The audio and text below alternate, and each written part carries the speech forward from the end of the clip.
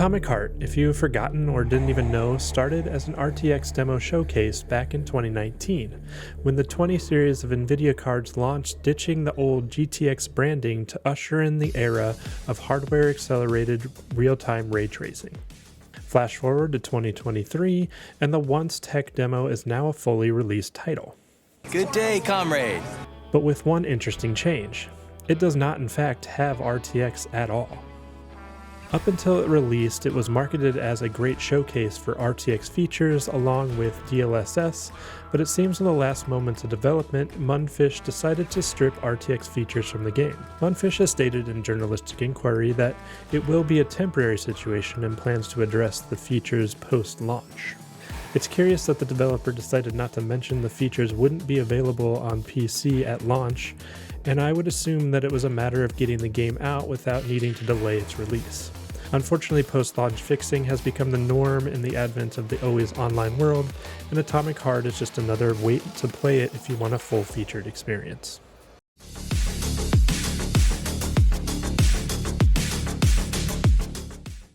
The game itself is a very, dare I say, good PC release. It's not plagued with the infamous shader stutter, and its performance is solid with reasonable hardware requirements. On my PC, I'm running a 3080 Ti, which is far more than is required for 4K 60, and it runs like a breeze compared to other recent releases like the Callisto Protocol or Forspoken. Despite its lack of ray tracing features, the game's lighting is well implemented, and it uses techniques to make it seem like ray tracing is present. The only issue I immediately ran into was that VSync was an option, but it was unselectable and it was off by default. I addressed this in a short offering a quick solution, so check it out if you're looking for a fix, but it's an odd issue to be certain.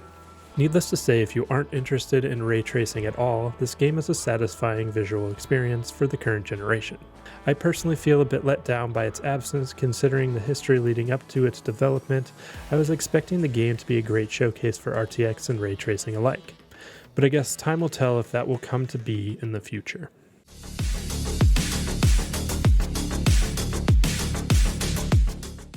But for the here and now, let's look at this alternate Soviet Bioshock-like shooter. From the game's first moments, the parallels between Atomic Heart's world and Bioshock Infinite's City of Columbia are hard to ignore.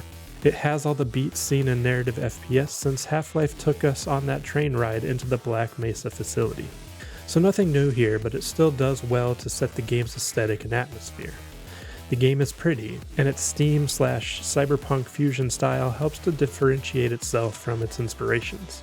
Narratively though, I think the players may have some gripes, especially when it comes to the game's talkative protagonist. Hey, let's put a cookie in there. Yeah, even Locks like cookies, right? Charles? Yes? Do you like cookies? Ahem.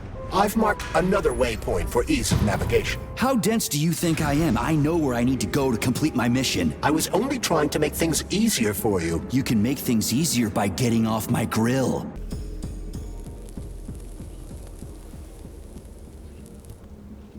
What a goddamn clusterfuck. The dialogue takes me back to Forspoken, where the lines are a bit cringy and overly expressive, and the delivery makes things worse. Then there's things like Nora, the overly sexually charged upgrade machine that, although humorous at first, gets obnoxious over time. And you may want some headphones for this one. Oh, what a stud! I can't get enough. Jocks, let me tie you to the bed, baby. No need to fight back, sugar. Oh, you're gonna love this. Don't let her bind your arms. Can't you see I'm trying? Open to suggestions! Bring me to her sensor manipulator, quick! How titillating! Rebellious dominant men really turn me on. Oh, I'll turn you on, all right. Just let me at you. Once you've accepted these faults, or if you enjoy them, the overarching story is decent. Its pacing is a bit off, and after about the 2-hour mark, things slow down a bit when the game becomes more of an open-world concept, shying away from the general on-rail approach former games in the genre tend to take.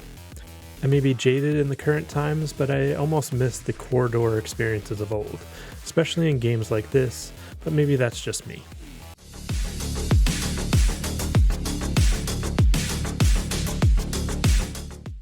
Gameplay, on the other hand, especially combat, doesn't feel the best. Abilities are effective, but melee contact and weapon punch don't feel impactful like you'd expect. The button mapping on the controller, it feels a bit awkward, but the experience on mouse and keyboard feels better. It gives me a feeling that the game was built for PC first and foremost. This is fine, of course, but considering it's a multi-platform release, I would expect the controller experience to be a bit better.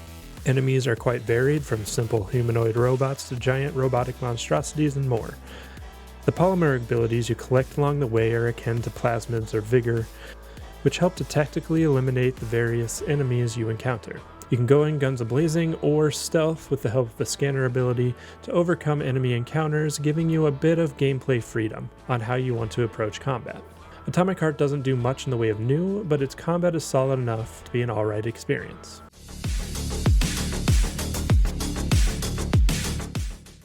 Atomic Heart is clearly a love letter to some of the best single-player narrative FPS, and while it does some things right and it is a visually spectacular game, I can't say it stacks up to its inspiration. It's silly, it doesn't take itself completely seriously, and it's worth a playthrough as long as you can see past some of the narrative shortcomings and its chatty protagonist.